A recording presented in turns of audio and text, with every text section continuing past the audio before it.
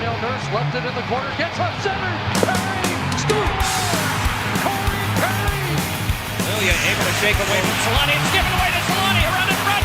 Score! Teemu Solani with the steal. Perry and the fans want one. Score!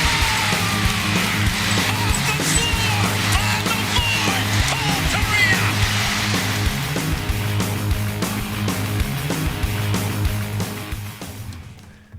All right, we are back with another episode of the Forever Mighty podcast, and it's becoming a theme lately, man.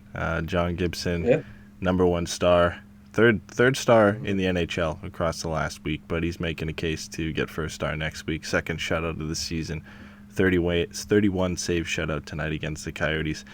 I mean, there's not much more you can say about the guy right now. I mean, he's as hot as he's ever been, and it's so nice to see him rebound after a tough year last year. Yeah, they had an interesting fact there at the end of the game where he got this shutout, another 1-0 one. And out of the 21 shutouts he now has, 9 of them have been 1-0. That's just absolutely insane how much they rely on him. And I remember when he was killing it that one season where we were stealing everything in the beginning. I think one of those games was against Arizona where he had another 1-0 shutout. And it almost becomes its own story. And we knew Gibson was going to have to steal some of these games too.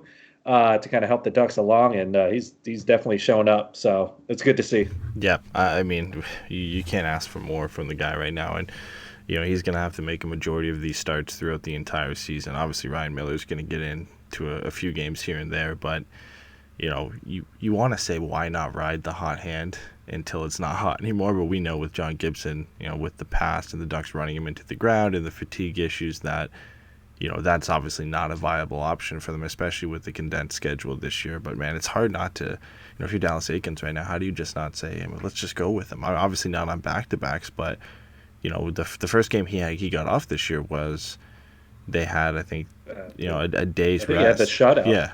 He had the shutout, and they let in Ryan Miller. Yeah, and Gibby got the complete day off because Stolarz came in as the backup. So it's like, you want to give the guy some of that rest, right, so that he can continue this throughout the entire season. But it's hard not to say, man, like this is probably the only reason we're winning games right now is because of this guy.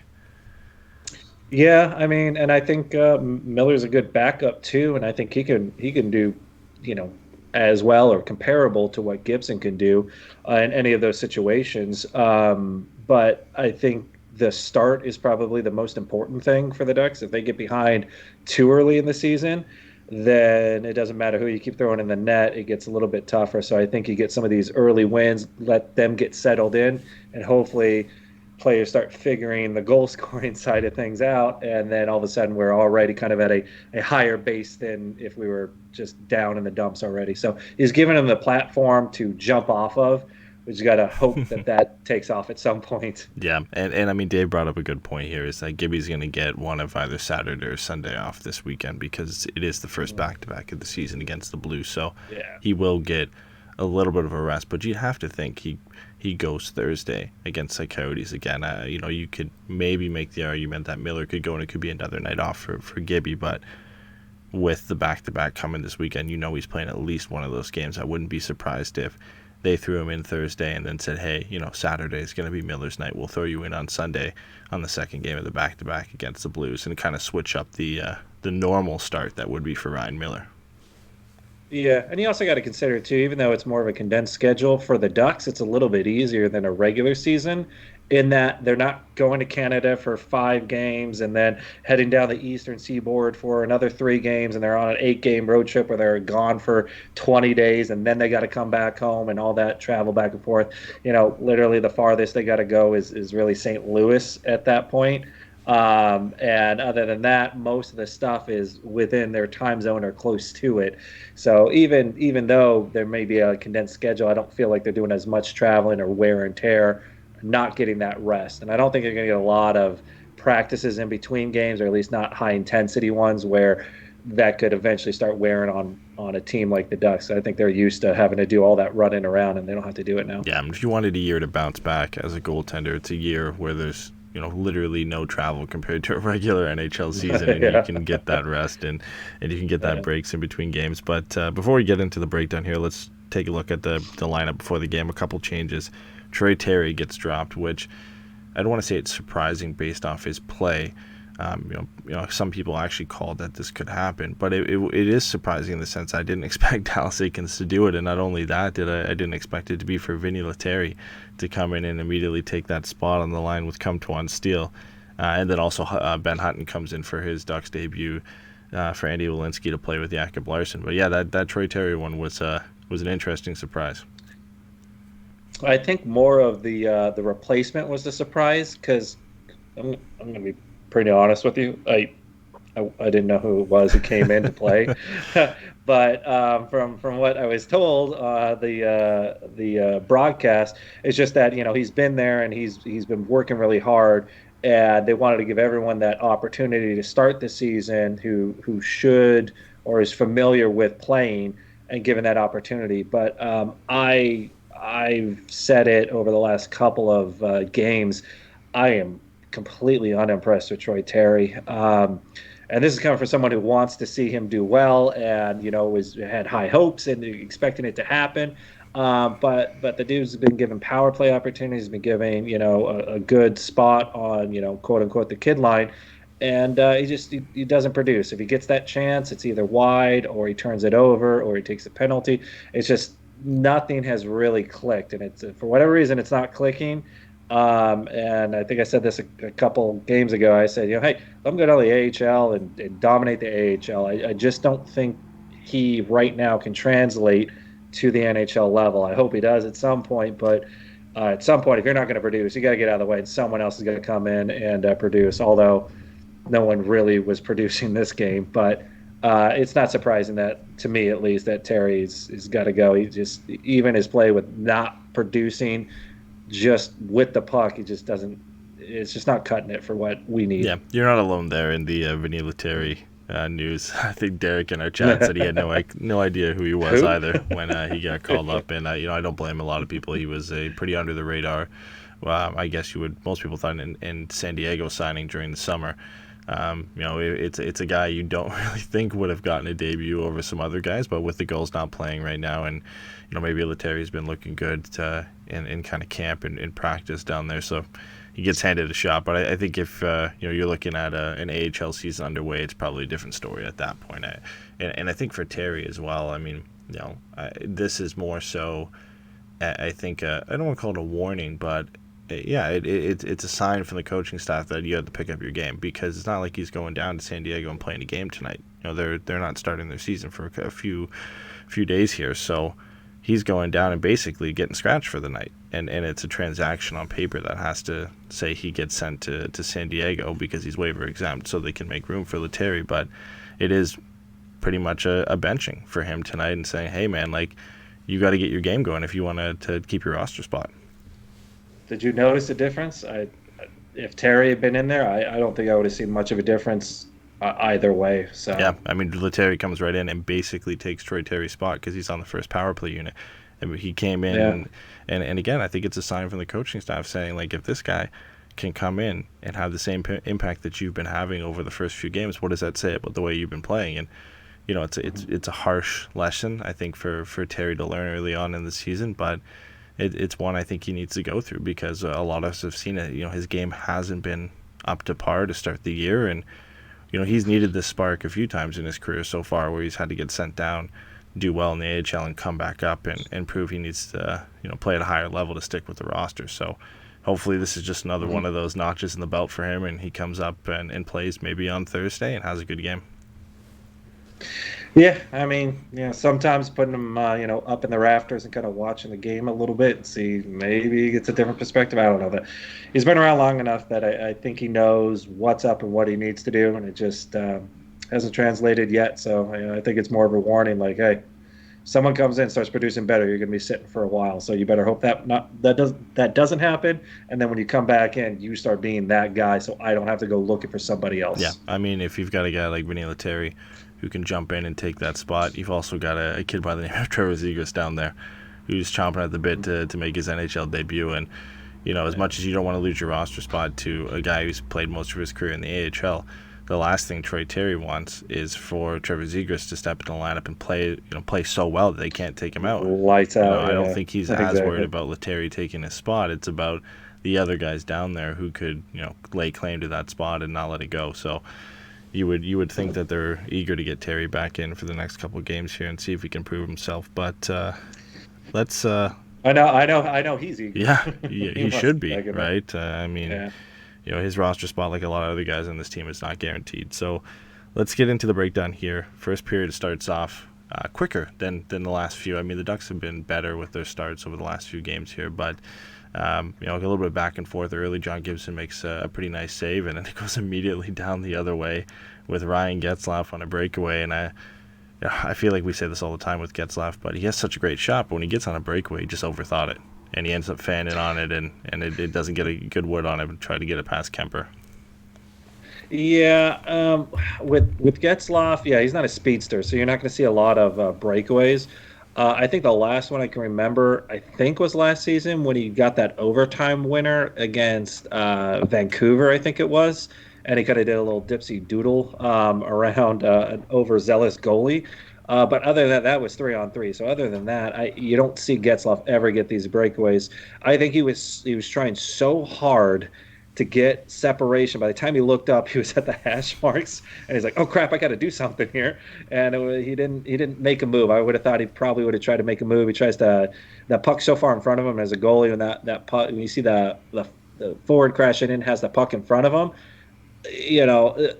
For the most part, he's kind of limiting his options. The fact that he even shoveled it to try and do 5-hole is kind of surprising, because usually if it's in front, that's when they're going to go for the deke. And then by the time he kind of decided what he wanted to do, Kemper already had his stick down. But if Getzlaf had kind of made a move, I think he could have had him dead to rights on the left or right side. However, he ended up moving on that one. But Kemper's a good goalie, and he's a lanky goalie, big goalie, so it's a little tough. But, I think Getzlaf picked his head up, and he didn't realize how close he was. He had to make a quick decision. Yeah, that's the signs of a guy who hasn't had too many chances this year. A guy who is... He's like, just don't let anyone catch you. Don't let anyone catch you. Oh, crap, goalie. Shoot. I mean, we hope he gets on the scoreboard. I was hoping he would too. I got him in fantasy hockey, so I need him to put up some points here. I mean, he's filling the other categories for me, but he's got to be getting on the score sheet there. You look at the next little bit here, and we talked about the last show. The Ducks' fourth line was tasked with shutting down Nathan McKinnon's line, so they had a pretty decent game. I mean, analytically, they got caved in, but they ended up keeping McKinnon to only one goal in that game, and had another tough task in this one. And for most of the first period, they were hemmed in their own zone. I think there was a 2.5-minute shift where they were stuck out there, and John Gibson made another good save on Kajula to keep it scoreless at that point in time. But man, the fourth line has had some adventures this year. There's at times where they've looked like the Ducks' best line and have been the only line to contribute offensively, and then there are some times where they're out there and defensively they just can't clear the zone. Yeah, every line seems to have the same problem, and that's consistency. And like you said, you've seen Delorier be good, Rowney's been good, and even Grant to a lesser degree has been good enough to be considered our top line. And this one kind of had that good start, but then it swayed the other way. It seemed like that first period was a lot of that. It was just there was quite a few minutes where Arizona was just kind of making us run around, and then we kind of put it back. We actually held possession time. That's been kind of good, and that's where I think us and Arizona are somewhat similar in a lot of ways, is that if we're both doing that, usually the Ducks don't do that to teams that are better than them, but since we're playing Arizona, it seemed like they'd have a good, few minutes, we'd have a good few minutes, and nothing really ever came of it. But it was just enough of that swinging back and forth that I thought it wasn't necessarily bad, but it wasn't a great game. We weren't playing a great team, so it's kind of what you expected. Yeah, and it's a better start, honestly, to the first period overall than earlier on in this season. I think the last 3 games the Ducks have played, they've gotten out of the gate a little bit quicker. Compared to the first few games where they were just getting absolutely lit up and getting lucky in a few games, a few posts by the Minnesota game, a few posts in the Colorado game too, and despite that kind of 2 to 4 minute stretch there where they were getting hemmed in, I thought it was a pretty good period, and ultimately they get the goal from Danton Heinen, which was a great individual effort for him to steal the puck, tries to pass it off to flex off his skate, goes right back to him, and he shoots the second time. A good thing he did, because he wires it top shelf on Darcy Campbell. And this is a guy who has been given a top 6 opportunity to start the season. He's looked good in his own zone, which is expected of him, and it's nice to see him get on the board. Obviously, Raquel and Silverberg got their first of the season last game, so it's nice to see Danton Heinen get his first and hopefully build that confidence up. Yeah, he looked good. I liked him on that line. I liked him on this line much better than the top line. And it was a great steal. He tried to make a pass, ended up getting back, and they said in the broadcast, it's like he didn't really want to shoot. He was really trying to find somebody to give it to, and ultimately was kind of left with no option other than just shoot it. And then from the goalie perspective of Kemper, your defenseman, you want him to just get the hell out of the way, because that was a perfect screen by his own defenseman, and Heinen did a good job of shooting around both of them to an open stick side on Kemper. So it was good, when no other options present itself, and you shoot, make it a good shot, and he did. And hey, we needed it for sure. So game-winning goal. Yeah, not the one you would expect at this early in the game, but I mean the way the Ducks are playing hockey this year, it's going to be a lot of 1-0, 2-1, 3-1 games. Especially when John Gibson's playing the way he does. And speaking to John Gibson, he closes out the period strong, makes a nice glove save on Connor Garland. Again, positionally sound. He made that look easier than it probably was. And really the closest that Coyotes came is Lawson Krause hits the post to close out that first period. And, again, we're going to say this multiple times, not only on this show, but throughout the entire season. But what a period from John Gibson to keep the Ducks in at a few chances for the Coyotes that easily could have gone in the back of the net. And, when you're as good as John Gibson is and you're playing with this level of confidence, it's going to be extremely hard for anybody to beat you. Yeah, and especially since that period started with the Ducks out shooting Arizona 3-1, and then I think it was just before the goal, I think it had swayed all the way back to 8-4 or something like that, Arizona's way. So there was definitely a lot of pressure on Gibson, but a lot of those plays that were either thrown out in front, he made really good, solid saves. He had his glove on a couple of them, and then you're always going to need your best friend to kind of bail you out every now and again. I think even Gibson's a little bit surprised that some of these haven't been going in, because some of them that go past him, he kind of gives that old shrug where he's just like, damn it, it went in, didn't it? And then he's like, oh no, hit the post. Oh, okay, I'm good. Let's get back into it. Let's keep going, guys. So I've seen him do that a couple of times where he's just like, I can see the body language go like, damn it, all right. But then he realizes, it hasn't gone in yet. So you need a little bit of that luck. He has some of that, but a lot of it, he's a lot more focused on the puck. He's tracking it very well, so he's able to kind of look around a lot of players, and by tracking it a little bit better, obviously he can get some body part in front of it, and he did that the first period and a lot in the third period as well. Yeah, and again, we mentioned this, and I said this is one of the biggest cliches in hockey is you got to be lucky to be good, but you got to be good to be lucky. And John Gibson, I think the biggest improvement for him this year, for me, is his positioning. And a lot of that comes down to, when you look at these shots hitting the post, that's the only shot available to these guys. It's all he gave him, baby. All he gave him. You look at, I think, Kaprizov, when he hit the crossbar in the game against Minnesota, he would have had to make a perfect shot, like the width of the puck to get that in. He comes close, but John Gibson really took away a lot of that angle. And, not every shot is like that. Not every shot that hit the post is like that. I think there was one near the end of this game where he gets a piece of it with his pad and it kind of grazes the outside of the post. So again, there is some luck involved there, but John Gibson is not giving a lot of room, and we've seen him challenge exceptionally well. We've seen him, just like you said, reading the game well, where he can get into a good enough position that it makes it an easier save than it would have been, say, with him last year, where the confidence was low. This is just an exceptional start to the season for John Gibson, and we joke and say Vezina watches on, but when you're having these types of performances and making these types of saves, it's there's a reason guys like Elliotte Friedman predicted that John Gibson could win the Vezina this year, and it would be an important part of the Ducks' success. 100%. Although I don't share that Vezina thought because it also revolves around your wins. Although he's putting them up now, we'll just see how everything kind of progresses. Do I think he's Vezina, top goalie in the league? 100%. He's definitely up there. But we'll have to see how how the wins stack up.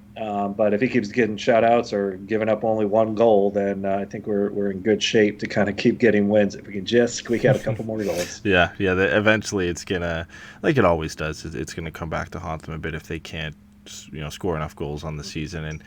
And especially on the power play. Yeah, that was the other thing. And we're gonna dig into the power play and also the Ducks' need for a goal scorer at the end of the show. We've got some post-game topics that cover both of that. But first, we got to move into the second period here. Not a great start for both teams. Just a lot of turnovers, not a bunch of chances. I think teams kind of feeling each other out after that first period where there wasn't a whole lot of action. And then the Ducks get sloppy. And we've seen this as a trend in the second periods over the last little bit here. And Shattenkirk has a turnover that almost burns them as Connor Garland just throws it over an empty net. We talked about a little bit of luck with John Gibson on this one. I think Garland would want that one back. He had an entire top half of the net to throw it in and ends up airmailing it over that. And then a little bit later, Dvorak picks the pocket of Cam Fowler, throws it back to the point, and it's our big Finnish friend Jani Hakanpaa with one of his 4 blocks on the game. And when you look back on it now, it's a game-saving block. He keeps the score at 1-0 at that point in time, and that's a prime scoring chance if he doesn't dive in front of that one. And that's a classic block too, diving in front of it with both feet forward. Yeah, no, it was good instincts. Like the Fowler losing it, he kind of got caught from behind, and they even said this on the broadcast. It didn't seem like he knew that was coming from behind, because he was starting to kind of look, all right, well, what am I going to do? And he's skating, and all of a sudden his pocket's big, ends up taking a slashing penalty on it, but Dvorak drops it back, and just instinctually as Hakanpaa is there trying to get into something, he sees the shot coming, and he just throws those legs out and boom, deflects it up and away. It was just instinctual, and sometimes you can't teach that. Sometimes they kind of get into that, oh no, who else do I need to kind of cover? But if you just see it happen, you go, I need to react, and you do something like that. I love those plays for whatever reason. Just like, hey, it just clicked in my mind, I did it, and it worked out the way I hoped it would have. So what could have been a very possible goal turns into a shot up and over and out. So that was a great defensive play when he was really needed to bail his other defenseman out. Yeah, and we've seen that all seasons from Hakanpaa so far. We've kind of sung his. It's just gotten better and better. It seems like every game his game gets just a little bit better in certain areas. It's weird, but fun. Yeah, and again, we're never gonna expect offense out of Jani Hakanpaa, but these are the types of moments where you can get noticed as a guy who really focuses on the defensive side of the game, is just doing the right thing and making the right plays, and he really hasn't made a mistake, and that's all you can ask from him. And when he's playing with a guy like Cam Fowler, there's not a lot of margin for error to be kind of that secondary stopgap option behind Cam Fowler when he's trying to help out the offense, which is in desperate need of a player like Cam Fowler to get up there and create an odd man situation. You need a guy like Hakanpaa who's just supremely reliable back there, and like you said, every game he gets better and better, so you start noticing him a bit more. The confidence is building up from him, and if you had told me coming into the season that Jani Hakanpaa would be making his case for the best Ducks defenseman so far, 7 games in, I would have laughed at you. I said there's no chance, the guy barely played last year, but hey, he's proven everybody wrong, and for the Ducks it's great to see, especially because he's a right shot defenseman, and they're without Josh Manson for 5 or 6 weeks at this point. That's what I was gonna get to as well. It makes me miss Manson less and less when I see this guy come in and do what he does. My question to you is that if he continues at least this level, I mean, if he goes better, great, or if he regresses a little bit, if Manson comes back, do you instantly try and put Manson up in with Fowler if Hakanpaa is doing so well? Could you just maybe bring in Manson as now your 5 or 6? Because I have more confidence in him than I do in Manson, and I think Manson, although serves a purpose because he'll probably fight you, and he might be a little bit more physical too. He's got a value, but I just don't think it's a top 4 if Hakanpaa keeps doing what he's doing. Yeah, I mean, if you're Dallas Eakins, how do you take Hakanpaa off a pairing with Cam Fowler at this point in time? I mean, it'd be a very bad decision, in my opinion, to make that move. You stepped just up. because the name value there, if you're putting Josh Manson back into the top four just because he's Josh Manson, he's won the A before, he's seniority, whatever, I get that plays a part, but you can't do that to Hakanpaa right now. He doesn't deserve it the way he's played. I mean, he's played his way into that spot. And from what we've heard from Dallas Eakins since he's taken this job is he's a player's coach, and he rewards the players that are doing well. And look at Troy Terry. He's sitting tonight because he hasn't been playing well. So it would surprise me a lot if Hakanpaa got immediately taken off that spot with Fowler if he was playing well, leading up to when Manson returns in about a month's time. And that would go against what Eakins has been saying, too. We're in it to win it now, and you either need to be helping us now, and if you're not, then you're going to have to get out of the way. And if Manson's not doing what Hakanpaa is doing, then, and then he puts him back in there, oh, they got chemistry, oh, they know each other, or something like that, then I would just that's kind of going against what you said you would do. So one thing, I think we can't get too far ahead of ourselves. Dave posed a situation or a potential situation. He said if Manson does not get traded, does Hakanpaa get protected over Manson in the expansion draft? As great as Hakanpaa has been, we're 7 games into the season here. I would love for him to play like this for the entire season and make a case, for being a legitimate top 4 defenseman. But even if he plays well for 56 games this year, it's a 1 season, and I can't see the Ducks saying, you know what, we're gonna protect you over Josh Manson, because Josh Manson would get claimed if he was available. He's just the type of player that a lot of teams want, and I think if you're the Ducks, you want to avoid that situation if you can. I don't think Hakanpaa necessarily gets claimed if you're leaving a guy like Adam Henrique exposed, or Max Jones exposed, or Isaac Lindstrom exposed. I think those guys are getting taken over Jani Hakanpaa, even after a full season of him playing at this level. Well, I guess so. I guess Bob Murray can't trade Stoner twice. So I guess we would maybe protect Manson, because I'm sure he'd go over there and then we'd have to play him, and then he'd want to fight everybody, and then I'd rather not have to play that guy more than I feel bad if he was playing and not doing well. Yeah, exactly. Let's move into the third here and close it out. The Ducks got a few more chances in the third period, kind of rebound from a second period where I think they got outshot like 14-2 or 14-4. It was just not a great period from them. Raquel gets a nice cross-ice feed from Getzlaf, but Kemper with an easy save. And I guess we should, if we're talking about John Gibson, we should talk about Darcy Campbell tonight. I don't think he had a hard game by any means. But he still was solid, right? It's one of those performances where at the end of the night, you only give up 1 goal. You didn't have to work too hard in the game, but, he was still there when the Coyotes needed him. And it was a goaltending duel, even with John Gibson getting the victory. Yeah, I thought Kemper was good. I thought there were a lot of rebounds that he left pretty close around the net, but there were no Ducks there. It almost seemed like it was a good shot and a good save, but there were no Ducks there to try and clean up any sort of rebounds. I think if he had played that game against a team that was maybe more involved at crashing the net and trying to look for those second chances, he might have had a bad game, in my opinion. But given that it was the Ducks, it was, like you said, a fairly easy or routine one. The only one he gave up is defenseman did an expert job at taking away his vision on the shot. But other than that, he was sound enough to definitely beat the Ducks. If you only give up 1 goal, odds are you're probably going to win, probably going to get a point out of it, but you're also on Arizona, and Arizona has yet to score in the last 2 games. So this is another reason why even if you put Gibby in next game, I have a feeling Arizona will probably break through at some point, but that'll be remain to see. We'll see if that actually comes out. But no, Kemper is good. What you said, they only had 2 shots in the third. In the second, I think the Ducks only had 2 shots in the second period. But it wasn't. Well, much combine better. that with the 1 shot in the third, the other game.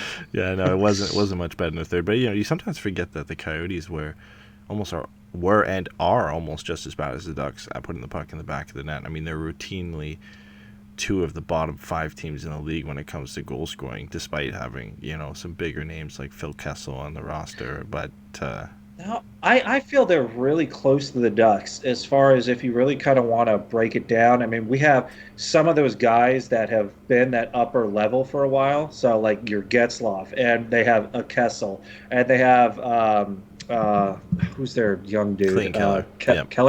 Keller. So Keller is really good, and we got maybe a Raquel somewhere in there, where there's kind of that guy. And then you look at defensemen, they've got Ekman Larson, they got Goligoski, they got two good goalies. I mean, I feel like everything's pretty close on par. Maybe some pluses or minuses, but I feel like those are two really similar teams where they're not going to blow you out score-wise, except for that odd game where they do it. Usually it's going to be lower scoring. Their goalers are going to have to bail them out, and that's how it's going to go. So I feel like they're very similar as far as how their makeup or roster-wise is. Yeah, very, very similar build in the sense that, no identifiable number one first-line talent in terms of a goal scorer, just a first-line center or anything like that. A couple veterans sprinkled throughout the lineup, and then just a lot of decent players and a lot of young decent players in that lineup too. When you look at Connor Garland and Christian Dvorak and Lawson Krause, the Ducks have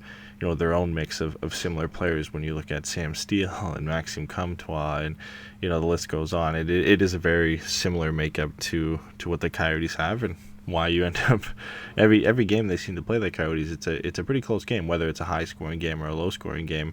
They are pretty close games, and I mean, I guess the Ducks are happy that Anthony Duclair is no longer a part of the Arizona Coyotes, because when he was with them, he was very much up there with Leon Draisaitl as one of the top Duck killers out there. So, but Phil Kessel's always been a Duck killer too, and he was not noticeable this game.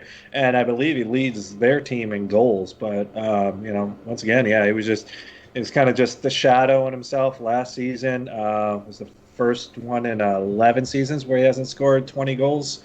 I think he only had 14 last season. So, some of that veteran know-how wasn't paying off this at least today or so far this season. Yeah, the decline is on, it seems, for Phil Kessel in the later part of his career here. Too many hot dogs, man. I knew that one.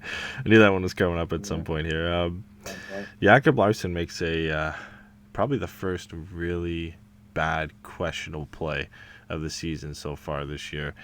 Just a bad hit from behind on Connor Garland. Hit some face first into the boards. He's pretty shaken up. I think it looked like he might have been bleeding. He kind of went to the bench, slow to go to the bench, and Larson ends up picking only 2 minutes. A little bit lucky. He only got 2 minutes on that one. I don't think we've been praising, but we also haven't really been trashing Jacob Larson so far this year. I think he's been better than we expected, and he's been an average defenseman for the Ducks. But man, this was not a smart play. I mean, this is the type of play we were used to from Jacob Larson last year. Yeah. I mean, it's gonna happen. You're gonna maybe make a play that you just react and don't really think about exactly what you're doing on it. And unfortunately, it's a little bit too hard on that one, and it catches them. But fortunately, it doesn't cost the Ducks. But it's just one of those things that will happen throughout a season, and you hope it's just not a pattern. As long as it's not a pattern, I'm okay with the occasional oops, shouldn't have done that. I think one guy we have to talk about before we close out the game here is Ben Hutton makes his Anaheim Ducks debut. He blocks a shot late in the third, similar to what Hakanpaa did earlier in the game to keep it a 1-0 score. You look at the stat sheet at the end of the night, Hakanpaa had 4 blocks and Hutton was second with 3 blocks.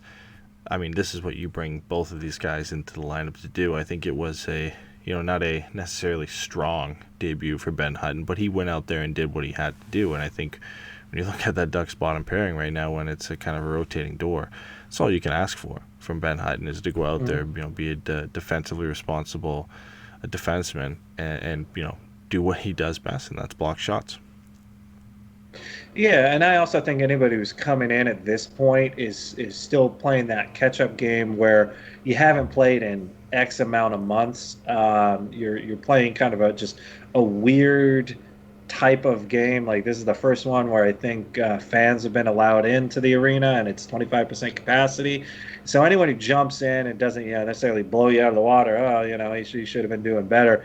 I just think anyone goes in and doesn't make horrendous mistakes in their first couple of games, that's a plus. And if you go in and you're leading in block shots, and this is your first go around the new NHL, count that as a win. I mean, I'm not looking for them to blow the doors off. Just, hey, don't be a liability. You're in good graces, and as you kind of get acclimated to what's going on, you get a little bit more chances. Then maybe we want to see a little bit of improvement. We don't want to see you tread water. We want to see you get better as you move along. So I thought he played well. What you would expect, especially a bottom two defenseman, and if he's blocking shots at the rate a top four is, then take it. Yeah, I mean, we'll take anything from Ben Hutton right now, right? I mean, right. We'll take it. Andy Walensky hadn't looked good over the last couple of games, which is why Ben Hutton ended up coming in for him. Ultimately, the Ducks grabbed the 1-0 win, as you know. 31 save shutout for John Gibson continues his hot start to the season. And speaking of guys who had a good game, I think it doesn't get on the score sheet here, but Max Jones, I think this was probably his best game of the few that he's played this year. He was kind of all over the place. I thought he was kind of getting back to what he does best. When you look at the analytics side of the game, he was top of the list for shot attempts for at even strength. He was just behind Heinen for expected goals difference at even strength as well. Getting his chances in this game. Obviously, the issue with Max Jones is, as it always is he struggles to put the puck in the back of the net. But I think this was a pretty good game, all things considered, from him.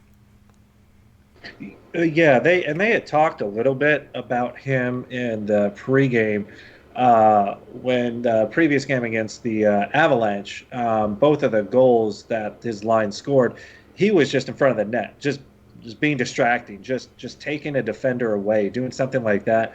I think he's one of the only guys that we have that is willing to go to the net, be a distraction, give a cross check, take a cross check, do whatever that maybe frees up your Getzlaf and your Rakels to maybe have a little bit more space to make that pass, to make that shot, to help screen a goalie on one of those shots.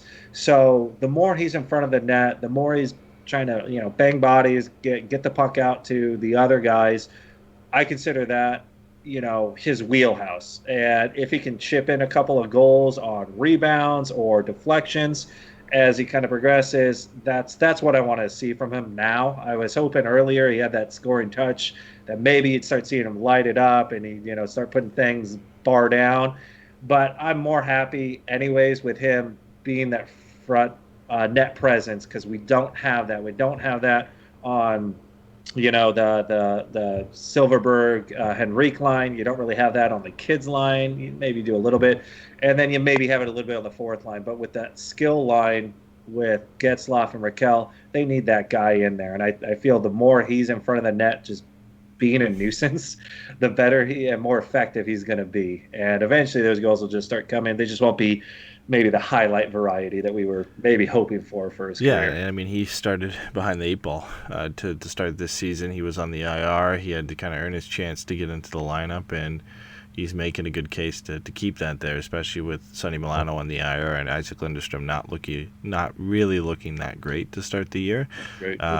He's got to earn his spot in the lineup somehow, and I think if he continues to play this well, eventually he's going to put the puck in the back of the net, because you're playing with guys like Ryan Getzlaf and Rickard Raquel who could find you if you're in an open spot. So for Jones, it is as it always is. He'll continue to work hard, and eventually it's going to pay off for him. But he competes, and that's what I want to see. I want to see him compete hard. Yeah, and we've seen that from, I think, Maxime Comtois for the first few games was prime example of that, and Max Jones can look no further than Comtois to kind of show the type of impact he can have on the game and what he needs to do to be successful in this Ducks lineup. And while he might not be as offensively gifted as Maxime Comtois, if he just gets to the right spots on the ice, Ryan Getzlaf's going to find him, or Rickard Raquel's going to find him, or if he gets out on the power play, Sam Steele's going to find him. He's going to get those chances. It just comes down to, can he bury them when he does get them. Mm-hmm. For the one guy we got to get back to, of course, we got to get back to John Gibson and talk about talk about him a little bit more. Surprised we're going to talk about it now. Yeah, it's going to be like this all year. But as we mentioned, NHL's third star of the week for a 2-0-1 record, a 1.33 goals against average, and a .960 save percentage. which not too bad. Now he adds another 31 save shutout to that, so he's 3-0-1 and boosts those numbers up a little bit. Bet Frederick Anderson's better. Didn't have a great game, Freddie did tonight against the Calgary Flames. I'm not sure if he picked up the win. Last time I saw it was 4-3 Leafs, but yeah, I never like to be on the Freddie hate train because I do think he's a good goaltender. No, I just like the Gibson sucks. Should have kept up. It's always going to come up. But Gibby Joins Varlamov was the only other goalie with 2 shutouts this year, and we love Oh, guess who has both of those goalies on his fantasy team? Of course. Yeah, you're picking up the shutout stats this year. Yeah, but I don't know anything about goaltending. I have Darcy Campbell. You know what? Oh wait, yes, I have Kemper. I'll take that. I'll take that. Didn't get the win, but he had a good performance, so the numbers are good. Thank God you're not playing me, I guess. But if you know what it feels like we haven't dug into in a while is the advanced goalie stats, goals saved above average. It feels like a couple seasons since we were diving into those stats. We had Paul on from what was that? I think it was Between the Posts when he came on and talked about John Gibson and Sergei Bobrovsky in the fight for the Vezina a couple seasons ago. And right now Gibson's at 7.02 goals saved above average, leads the league, gets back to what we expect. I mean, anything over 6 is absurd. And he's at 7, just over 7 goals saved. He's at 7, and I wonder how many games has he played? Yeah. I mean, he's played, I guess, 6. I think he's played 5 because Miller's played 1, I think.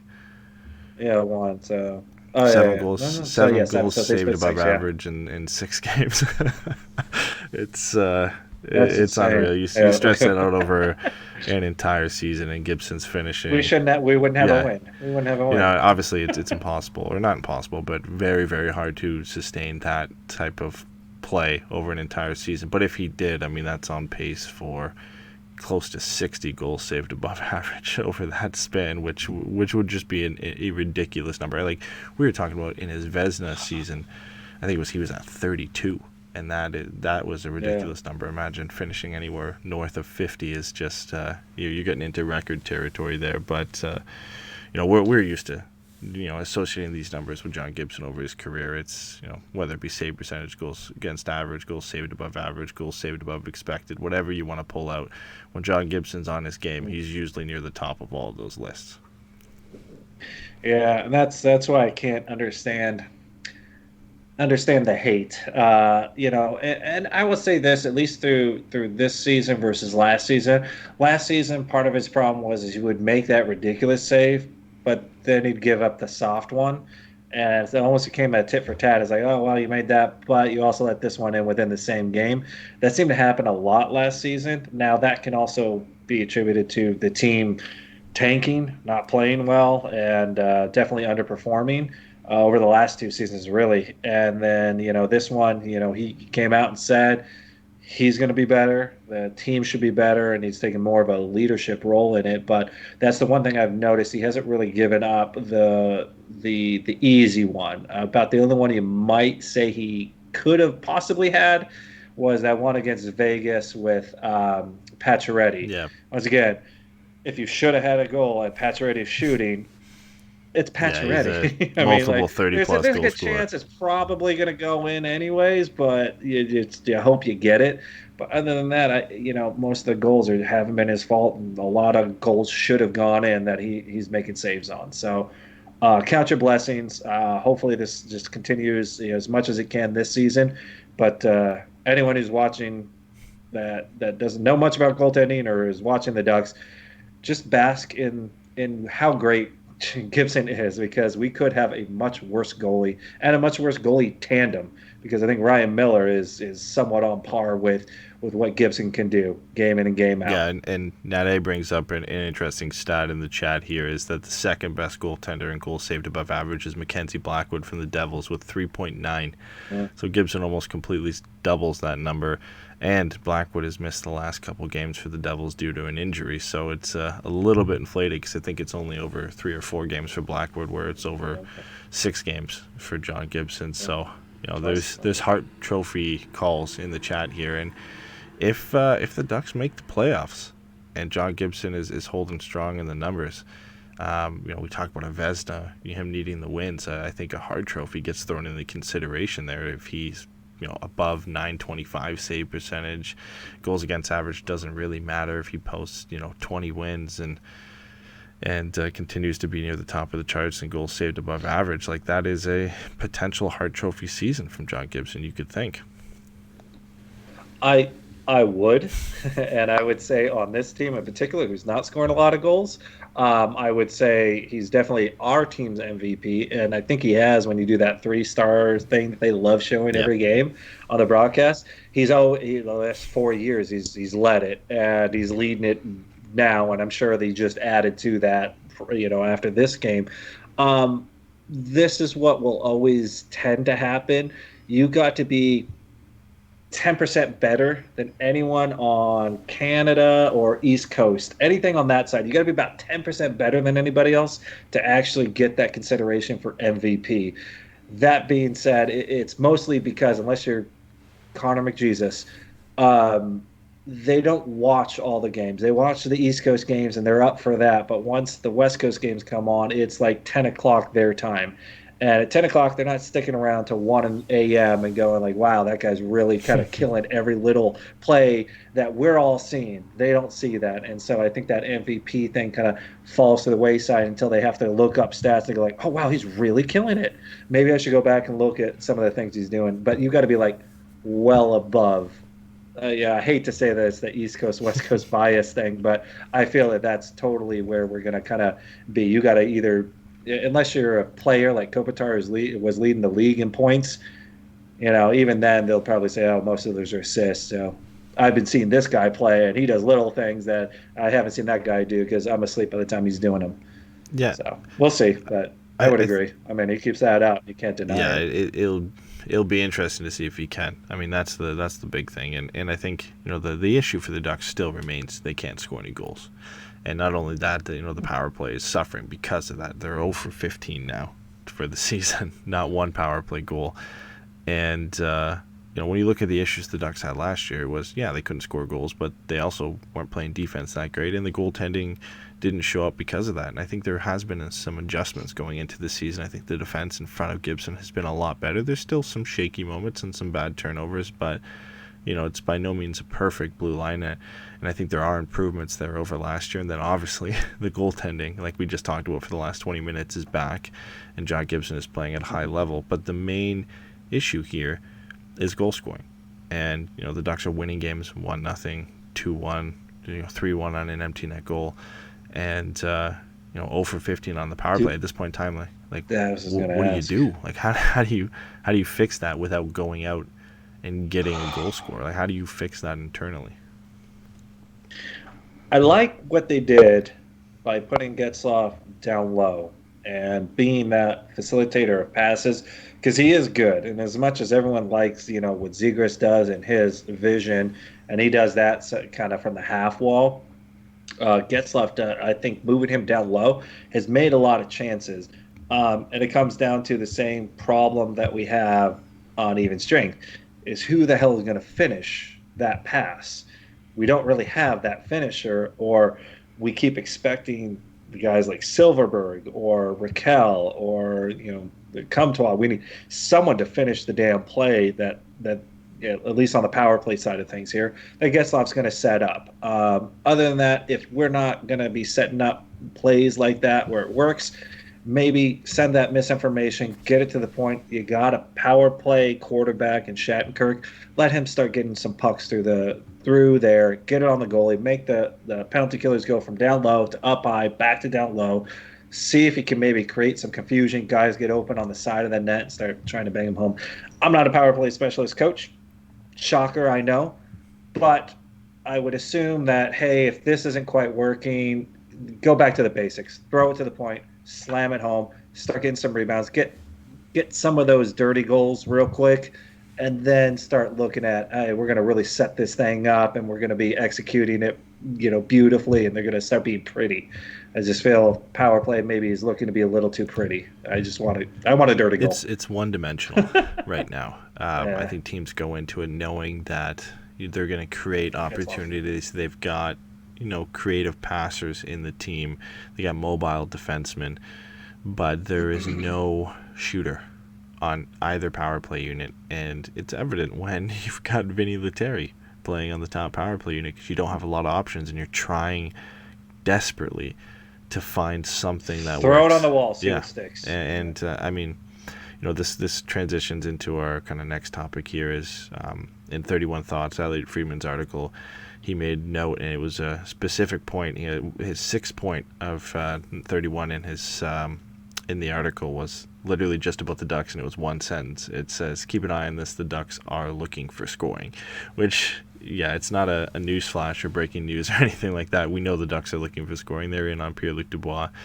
But the one thing for me that it signals is we talked about on the last podcast, me and Steven, that the Pierre-Luc Dubois situation was unique. Not often does a player of that quality and skill level and talent become available, so no wonder the Ducks were in on it and pushing for it. The thing is, to hear that they are still looking for goal scorers means they are taking a different direction here. That yes, the Pierre-Luc Dubois situation was unique, but they're not just in there because it was Dubois. They're in there because they are looking to bring scorers in this team. They are looking to address a certain deficiency for them right now. How that develops and what that turns into and what goal scorer the Ducks end up getting, I mean, we'll have to wait and see. But it is nice to know that, Bob Murray is out there in the market. But as we know too well as Ducks fans, that doesn't always equate to a trade actually happening. Yeah, he's going to look for that bargain. But, yeah, I mean, it's nice they're looking because usually they're never looking mid-season. And they definitely don't look, to add a significant piece. It's usually minor things. Hey, who did they just put on waivers? Oh, yeah, go grab him. Yeah, we'll throw him on the fourth line, see what happens. I mean, that's usually what we're used to as Ducks fans. So the fact they're even, in the final 3 of Dubois, you can't compete with Laine being, thrown in there. I mean, what are the Ducks going to do without literally selling the farm at that point? And even then, I don't even know if you could overcome that Laine situation. But it'll kind of play out. The season's still kind of young, so we'll just kind of see where more teams that maybe were expecting success or are still kind of knowing that they're not at that level yet, and they're willing to part with, a winger for assets or draft picks. Maybe they might do that. I'm glad they're looking for it, but it's just going to take time to see who's available and who wants to move who at that point. Yeah, and if you're Anaheim too, I mean, you don't want to go out and trade for a goal scorer who's struggling in hopes that he's going to come to your team and do better. So if you're looking for a scorer, you're likely bringing in a guy who's doing well, which means the price is going to be higher. And then if you're Anaheim at that point, are you willing to give up assets to bring in the scorer? And what talent level are they at? Are they a top 6 forward? Then the price skyrockets a bit. And are they a middle 6 forward, but they're a out and out goal scorer, an out and out sniper? There's so many avenues the Ducks could explore here because, to be honest, I think we probably didn't expect them to be a finalist, one of 3 final teams in on Pierre-Luc Dubois, especially where they are in this rebuild or retool or whatever you want to call it. So we've heard Bob Murray talk about him thinking they're a win now team, and what's his direction with the team versus what's management's direction with the team versus what's Dallas Aiken's direction with the team. There is no clear message that's been put out there. No. Where we've talked about teams like Ottawa and the Kings and the New York Rangers when they moved into their rebuilds. There was a signal or whatever, as corny as it may be, a letter to the fans or whatever. But at least there was a recognition that this is where we're going. This is the direction we're going in. I think, with the Ducks, we still don't know what that is. There's a mixed kind of bag of an approach that they're taking is, yes, they're going to build through the draft when they can, but there's not almost a commitment to a full rebuild yet. Yeah, and the thing that, looms over all of this is that there's an expansion draft, and at the same time, that's when Bob Murray's contract expires. And it's like, all right, well, what has he done since he got that extension for 2 years? It hasn't been a whole hell of a lot.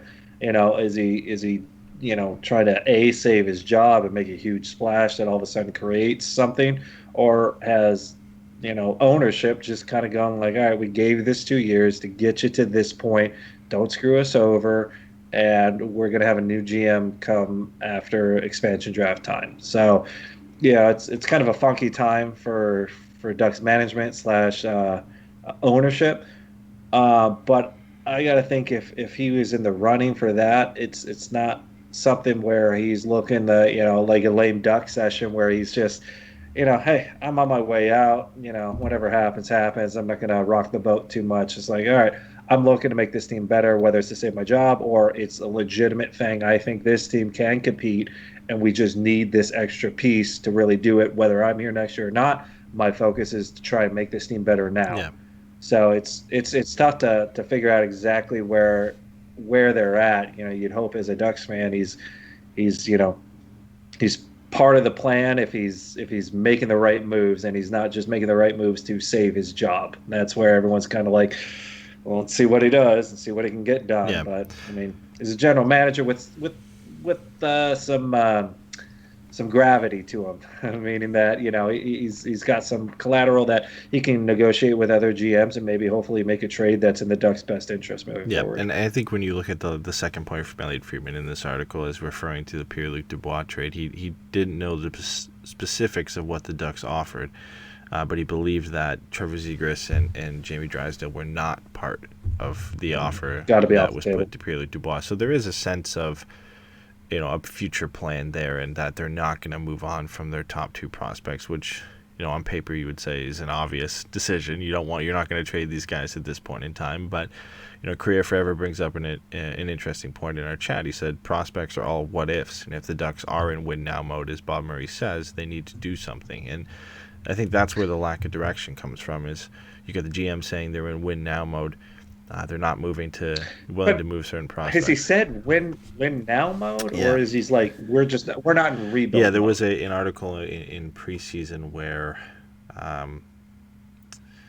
Eric Stevens, I think, did an interview with Bob Murray, and I think literally the words out of Bob Murray's mouth is that they're a win now team, and that's where the whole win now kind of meme came from with Bob Murray. So whatever he means by win now, and whether that's just kind of playing up the media or playing it up for the owners or whatever it is still out there, and it is still something that I think a lot of fans judge him on what's your direction with this team. And there are people who subscribe to the win now camp. If they want the Ducks to win now, why aren't you trading prospects to bring players in? And then there's other people who subscribe to the other side of it. If you're in a rebuild, why are you holding on to players like Adam Henrique and Jakob Silfverberg or Rickard Rakell when he's slumping? And it is just tough to judge the direction. I think it was a smart move, obviously, by Bob Murray not to include Zegras and Drysdale in a trade for Pierre-Luc Dubois. But the question then becomes is, those are definitely untouchable guys. But when you're looking for a goal scorer, does it become a hockey trade where it's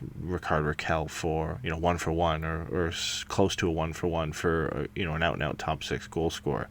Or does it become a prospect and Troy Terry, so like Terry and Mahura and a pick for a goal scorer? Like that's a direction we don't know what Bob Murray's going into, and maybe it is that he's exploring both sides of it and seeing what deal might work best for him with the current state of the Ducks franchise. Yeah, and if this is me being our armchair GM here, you got a number one center / wing in Zegras. You got a number one defenseman for us in Drysdale, and you got possibly a number one goalie coming up in Dostal. I mean, you kind of hitting all the check marks that you kind of want. At least you got those guys.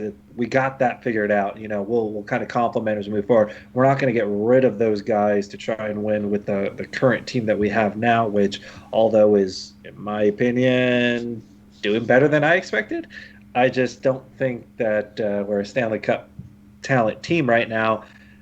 And we've got an expansion draft coming up. You've got Getzlaf contract coming off. You got Perry's contract coming off. And then we're going to have to kind of reevaluate how we're going to move things around. So I could see maybe trying to add a goal scorer, but not one that's going to cost a ton of money moving forward. I figure they're going to try and figure out what they can do this season with what they've got and add small pieces. And then hopefully, like, after the expansion draft, that's where you're going to go like, all right, we know this next generation, they're knocking on the door. They're going to probably get a shot next season. to come in, and who we're going to complement with them, and who can we part with. This is almost like a tryout season for me. So not necessarily a rebuild, more, I hate to say what Power says, not a rebuild, a retool, or a revamp or whatever it is. So, it'll be interesting to see, but I feel like the future's good. I mean, we got one in each solid position as far as prospects go, and I'd hate to see them go on the off chance we might get into the playoffs, on the off chance we might do well in the playoffs, and the extreme off chance we make it to the Stanley Cup Finals. Yeah, for me, honestly, to wrap up this trade stuff here, is the big mystery of the puzzle here is we may never know what Bob Murray offered in that deal for Pierre-Luc Dubois, and I think if we did, gives us a better idea of what his thoughts are with certain players on this team, or the direction he wants to take in terms of exploring trades and what assets he's willing to move in a deal like that. I think we all speculate Rickard Rakell was probably part of that, but we really won't know the direction he takes until the trade is made and the assets are going the other way, right? And whether it's prospect heavy or pick heavy, or if it is a roster player for a roster player type situation. I don't think we're ever going to get that news out from the Pierre-Luc Dubois trade rumors. I think if anybody was going to, it probably would have been Elliotte Friedman. But at the very least, I guess we'll have to wait and see, right? It's a bit cliche there, and we say it every year with the Ducks, whether it be heading into trade deadline or just throughout the season. But that need for a pure goal scorer has been going on for quite some time, and you can't ignore the struggle the Ducks have had to start the year on offense when, like we said, the power play is 0 for 15, and they've won 3 games, but the games that they have won have been by 1 or 2 goals, and they're struggling to score anywhere close to 2 goals per game. Like there's an issue at that point, and at some point something's got to cave, and you've got to make the move to help that out. We got to get a winger who can score goals. I mean, right now we don't have that. We don't have anyone in the pipeline that's going to be that next level, and all the good teams are going to have at least some sort of winger that's going to be able to put the puck in the net. Even though Zegras might be the winger, he's more or less a setup guy that could also score, but I mean he's like gets off a lot, is look pass first, shoot second. I think is more apt to shoot, but still you just, if you can give someone to set him up, then you got your goal scorer. We just got to find that person. Yeah. We don't have and honestly, at this point in time, I probably the most thing I'm open to over everything, and as much as I love Rickard Rakell, and I hate to say it, but if you can convince a team to swap a goal scoring, a 20-25 plus goal scorer for Rickard Rakell, and maybe you add something a little bit more enticing to that, I think you got to at least try and make that trade. And for me, it obviously depends on who's coming back the other way, and you're not going to get a superstar by any means, but if you can bring in a guy who consistently bangs in 25 plus goals a season, isn't north of 30 yet, is kind of right around the same age as Rickard Rakell, so he can be a part of this team moving into the future. I think that's one of the best moves the Ducks can make right now, and I don't know who that is. I haven't put any thought to who could be available and who you would search for in that. I know Korea Forever in our chat said trade for Taylor Hall, which that's a whole nother topic. And he's on a one-year contract, and he's not going to resign. But then even if you trade Rakell has some value, not necessarily in goal. He was a 30 goal scorer, but that's obviously tailored off. But he also has a really great contract that a lot of teams will find financially as a benefit, and willing to maybe trade someone who right now can score more goals but is going to cost more money down the road, where Rakell's a little bit more of a commodity, maybe just needs a change of scenery, and he's a smaller price tag. So I mean there's even more value on the Rakell side of things. So I'd agree with you. I think Rakell is probably the most attractive trade piece that we have that's not a prospect or draft pick at this point. It would be Rakell, but we'd want someone that we know could put up the goals that we were hoping Rakell was going to be doing. Yeah, and I mean we'll have to wait and see, as we kind of always say here, and what Bob Murray's going to do and whether he gets that done. To wrap up the show here, we got a fan question that came in from Caitlin, and we chatted a bit about the expansion draft briefly here on the show, but she said, thinking about the expansion draft, who are some of the players that need to be protected, more specifically some of the kids? So I'll list out the kids who can be exposed and can be picked up by Seattle in this expansion draft. So Max Jones, Sam Steele, Isaac Lindstrom, Troy Terry, and I guess if you want to include Sonny Milano as a kid in there, but really it is those four in Terry, Lindstrom, Steele, and Jones who would need to be protected.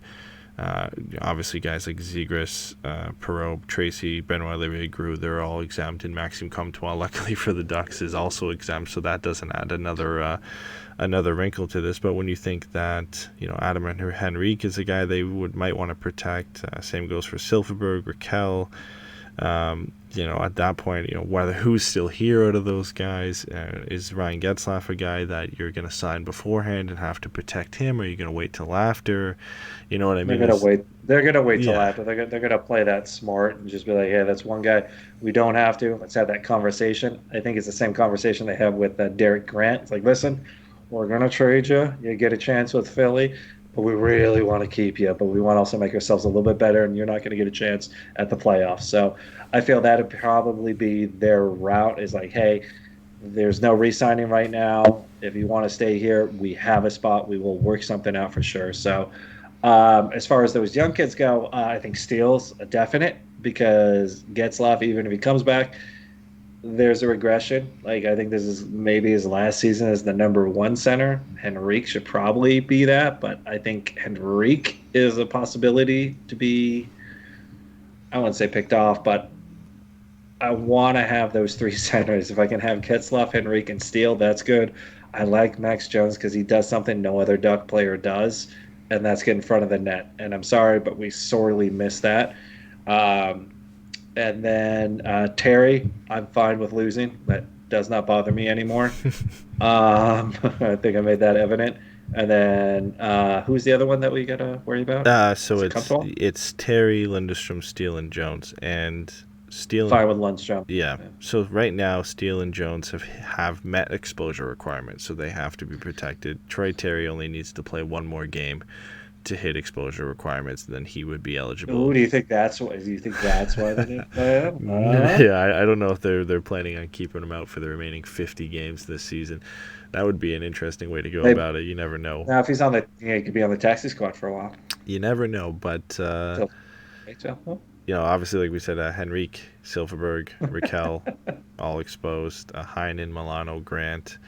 Terry needs one game. Milano, Milano, it sucks, but I like his game too. But it's if he's the one that has to go, I'm okay with it. It's not ideal, but if they're going to take somebody, I guess he's one to take, or Lundstrom. Lundstrom has 25 games remaining to meet exposure requirements as well, so that might be one where he actually doesn't hit that list and isn't eligible to be exposed to Seattle. I'm not sure he plays 25 more games this year. That's a bit of a stretch. Depends if the Ducks start tanking pretty hard. Then I think if you're Anaheim too, though, even if at that point you're aware of that, you can play him 20 games, but maybe you just don't play him for that full 25, so he doesn't get put on that list, and you have to worry about it, right? That could be a strategy for them heading into expansion draft. Sorry, I don't like Lundstrom, so just.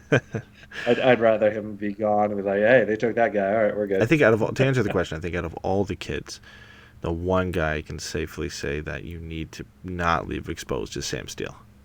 I think from there, you can make your cases for Max Jones and Troy Terry and Isaac Lindstrom. But for me, out of those four, if you only can protect one, it's Sam Steele. There's no question about it. I don't think it's was that the close. Question? Which one can you protect? Or no, it was kind of like, who's available, what kids do the Ducks have to protect going into the only two I'd really want to see is Steele and Max Jones. Yeah And interestingly enough, Josh Manson for some reason still needs one game remaining to meet exposure requirements, because we're going to get into expansion draft once we get closer to the actual date as well. But it is an interesting thing when you think the Ducks probably would have went. What is it? I think it's 7 forwards, 3 defensemen, 1 goalie. That's the route they went against Vegas. That's the route you would expect them to go here. The problem is you now have Fowler, Lindholm, Shattenkirk, and Manson. If Manson plays one more game this year, which he will when he gets back from injury, that you have to worry about. Obviously, Larson makes that list. Ben Hutton makes that list as well. And Goulet, Hakanpaa, Welinski, and Josh Mahura have 20-plus games remaining to be part of that. But could the Ducks go the 8 forward and defenseman and 1 goalie route where you miss out on 2 protection rights there, but if they want to keep Fowler, Lindholm, Manson, and Shattenkirk, you go with those 4 protected, and then you protect 4 forwards, and probably works out, if they're all still here, to be Henrique, Silfverberg, Raquel, and probably Sam Steele. No, I don't. I keep the top 3. Once again, I don't. Just not sold on Manson ever regaining that same form that we saw when it was him and Lindholm, or like those 2 guys. You got to keep them together. They're so good together. That hasn't happened in two and a half seasons now. So I'd rather them just hold on to the Fowler, Lindholm, Shattenkirk, and then save more of the forwards. Because I just don't see Manson coming back off of he's 4 to 6 weeks out with injury, and he comes back in and just all of a sudden just lights it up and go, oh, that's why we need to keep him. Yeah, I don't see that happening. So if it's been a downward trend for the most part, I don't see it all of a sudden skyrocketing to where, oh yeah, he's invaluable. Let's go. Let's say 4 defensemen and have our top 4 again. I just don't see it right now. Yeah, and honestly, I think if expansion draft was today, or the roster is as it is now going into expansion draft, I think the Ducks probably go that 8 forward defenseman route, where they keep those top 4 defensemen, and then they probably go with Henrique, Silfverberg, Raquel, and Sam Steele. And then that leaves, Getzlaf essentially exposed, Danton Heinen exposed, Sonny Milano, Troy Terry, Isaac Linderstrom, and Max Jones. You lose one of those guys. But in that situation, that's probably the best way for the Ducks to go. You don't want to lose Josh Manson for nothing. You don't want to lose any of those forwards that I listed as being protected for nothing. You don't want to lose Henrique or Silfverberg or Raquel. You're gonna lose someone for nothing. So if it comes down to it, sucks losing Max Jones. In some sense, for a lot of people, it sucks losing Isaac Linderstrom and Troy Terry for nothing. But you're going to have to lose somebody throughout this expansion draft, and that's probably the least painful option at surface value for Anaheim.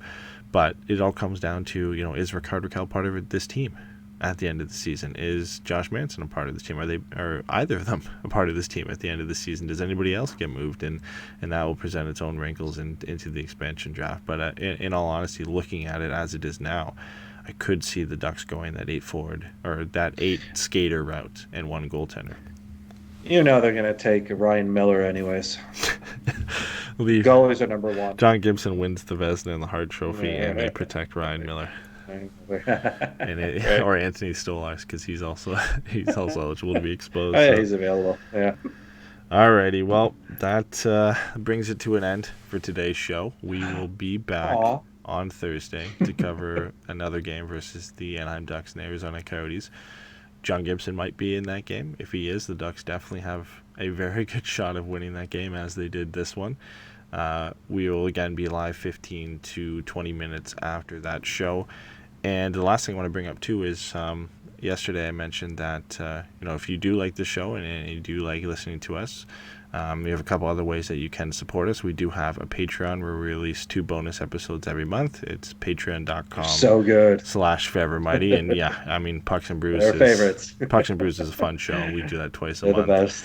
And then we all of our patrons are in our exclusive Discord too, where we can talk with them throughout the week, whether it be about Duck stuff or just stuff around the NHL. So it's always a fun time there. And we also are running a contest right now that if you do want to drop us a review on Apple Podcasts, we're giving away a Forever Mighty fan pack. So those reviews help our show grow, help our show get seen. So if you do like the show, we appreciate you leaving a review. And for this month, we're giving away a Forever Mighty fan pack to one of those people who posts a review. So head on over. Yeah, and even if you don't like our show, leave a review.